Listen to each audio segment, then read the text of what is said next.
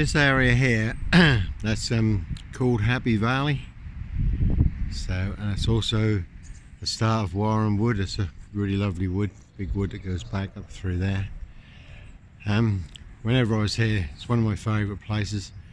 I often used to come and sit here, set up my stove, make myself a cup of coffee, put a brew on, can or something, and this was kind of my living room with a nice panoramic view. It's got a nice coast right there, coasting away. But yeah, like I say, this is called Happy Valley. Now there was an ITV crime drama called Happy Valley, and there was a female blonde sergeant, and her daughter had been raped by the local psycho rapist, and then his mother turned up dead in a garage in a lockup. So she was top of the, she was at the top of the suspect list. Not settled frame, but obviously she would have had a big motive. Obviously the lad who raped her daughter, local psycho, he believed that it was her who had killed his mother. So she was very much in the frame for a while, for a crime that she hadn't committed.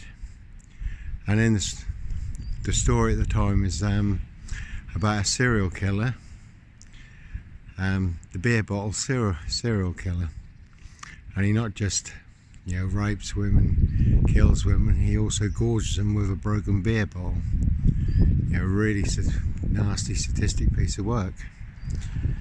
Now, obviously in the past, present, big Shea fraternal, police collaboration. I did have beer bottles smashed over my head, but they say no beer bottle rapist serial killer here. Paedophile, black wizard. And no bodies in the boot of my car, no Sandringham serial killer, which is further up the coast, about 40 miles. And obviously I'll start Cromer, Sheringham, Blakeney, Wells, Hunstanton, and like I say, I had used to use a disused beach hut at Hitchin, which is only 7 miles from Sandringham. And that's where they tried to wrap me up, and everyone tried to use me as the fool guy. And the thing is too, like I said, people, no shortage of people who will 666 do the Prince of Darkness dirty work,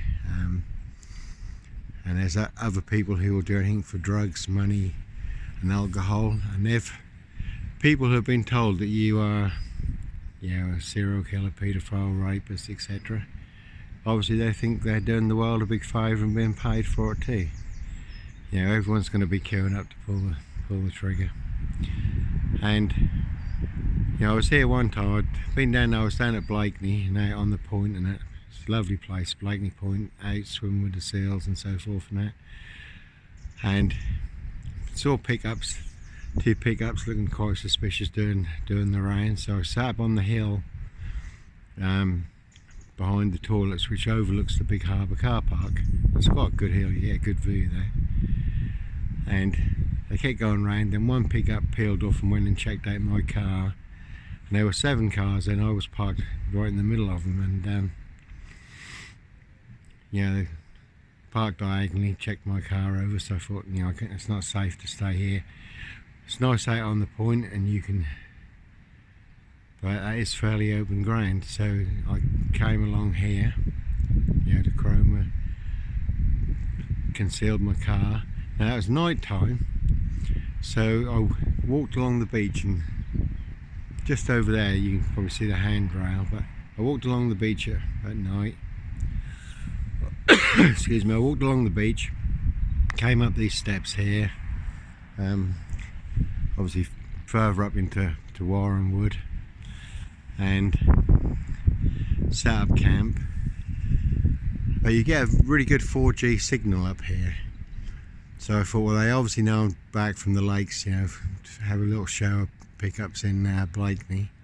And I'd been hunted North Norfolk, spoke to the police in East Runton, spoke to the police in Hull, same crews on my tail, in Buxton, out on the Goyt Valley by the Cat and the Fiddle. You know, pick up van, you know, four big searchlights. So spoke to the police at Macclesfield. The police just turned a blind eye because these people are government sanctioned to make a problem disappear for the Royal Sandringham SS66 estate. Again, went into the Lake District, you know, spoke to crews, you know, rolled up in Keswick. I even said to the police that there's the black van. Who are these people?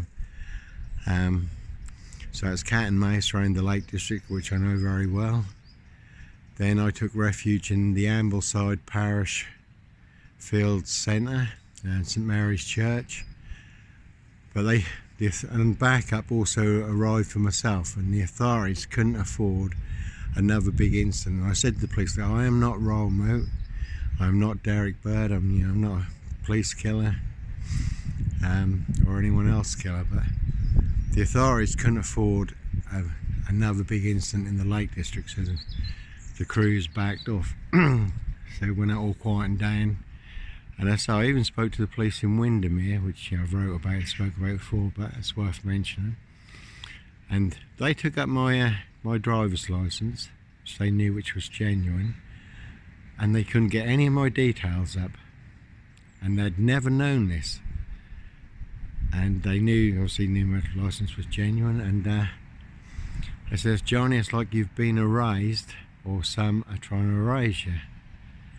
And also in the BBC programme Stag, you know, where people are hunted in Scotland, and obviously, you know, I've covered about human hunting parties, and then, you know, you've got John Van Damme in Hard Target. Well, there are people who like their blood sport, and that's a big fun to them. Set you up as a Black Panther serial killer, and then set crews, put a price on your heads, set you up to be hunted. So some people like their blood sport, and other people like their money. So anyhow, I came along here. That was night time. Came up the steps, went and set up camp in Warren Wood, and you get a good 4G signal up here. So I thought, well, I'll turn my phone on and see if they are tracking I couldn't find a tracker on the car. See if they're tracking my GPS, because there's only not many people who've got the technology to track your phone. So that's what I done. I turned my phone on to see if I'd get any company, and I was in a well concealed place, which I'll show you in a little while. And sure enough, right bang on 11 o'clock at night, 3 men came into Warren Wood with big handheld searchlights, and the cliffs here, you can't really appreciate it here. If you go up a little bit further, the cliffs here are high, so you could certainly be disappeared over a frame. Peter Sutcliffe, Norfolk Jack the Ripper, and the Norfolk Bacon SS would just put in their minority report that I'd committed suicide. And that's always the case. If I'm ever found hanging or full of drugs, I don't do drugs, but if I'm found full of drugs or found hanging or found at the bottom of a cliff, you can know 100% there was never suicide. So what I done, I slipped out of Warren Wood and had to leave some of my stuff there. You know, I could see them. One time I was only like 20 metres from one of them, so I quietly went out of the wood, but I had to leave some of my stuff there, which got handed into Cromer Police. So when I went to collect it, and one of the things was the Dutchy bike that was obviously in the Norwich mountain bike frame, which was a frame because I'd never had a mountain bike. I had a woman's Dutchy bike. The Dutchy bike here was one of the things that was handed in from the wood. And so Cromer Police ordered me off the coast in their big serial killer, Norfolk Police big serial killer frame. They ordered me off the coast and said if I didn't leave the coast, they would make me disappear. You know, any black frame fixed assassination will do, and you can disappear to the Norfolk Bacon SS pork farm, to Dr. Death's black pig pen. They only have to fabricate supposedly that you're either a threat to yourself or a threatened danger to other, you know, pre-crime, which is a police power wide open to abuse, because they can fabricate any agenda they want. They don't mind, and you don't matter. Anything that you say doesn't count. It's only their agenda that matters. So if they want you disappeared, they'll write it up and you will disappear in broad daylight in the black box fix. So that was it. But I just thought, travelling through this way, I am moving on, so I will post a video, so I won't be here when it's online. So anyone watching, come looking for Johnny Botwright, well, I'll be behind the schedule. But yeah, like I say, there's certain places you go, you've probably all got your own favourite places, and you just need to keep getting out to those places where, when you're there, are really nice. You just feel good to be in that area, to be in that spot, taking the scenery, the views. Throughout the UK, there's just different places I just love to be. And it's just, some people say there's an energy. I wouldn't say so much as an energy, but it's just a really nice, it's really important, and something that some people don't do. One of the most inspirational books I ever read was a book called Sindar Singh, The Saffron Robe. And he was a Hindu, and so exasperated with trying to find the answer, trying to find his faith, which he couldn't do through Hinduism, and he was going to throw himself under the 5:20 train in the morning, and Jesus actually appeared to him. So he obviously didn't commit suicide, and he became a Christian, but still had the saffron robe, and he wandered the foothills of northern India, and he went up to Tibet. God sent him into Tibet to talk to the Dalai Lama. And there was like one time he fell into a gorging river, and two men pulled him out. And we know angels walk among us, and they look just like us. People have entertained strangers, have entertained angels. People have eaten with angels. And he knows that these two men who pulled him out, were sent by God, were angels. And even when he was in Tibet and sharing Jesus and preaching the gospel, he was put down a hole. And let's say people are all for putting other people down holes. So I've certainly been down a very long, deep, dark black hole for some time now, in a big black box frame. And the Dalai Lama had the key around his waist to this, place of confinement. And it, just like in the book of Acts, when men appeared and opened the prison doors for Paul and John, the door was opened and he was released. And when the Dalai Lama said, where is this Sindar Singh? They said, he's out in the square again preaching Jesus Christ. And he said, well, how can he be? How did he escape? I have the key around my waist.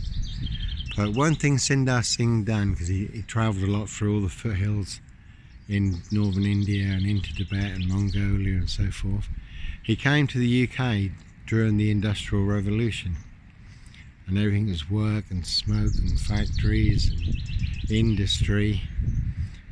And he just said, because obviously the pace of life in India is very different to the pace of life in the West.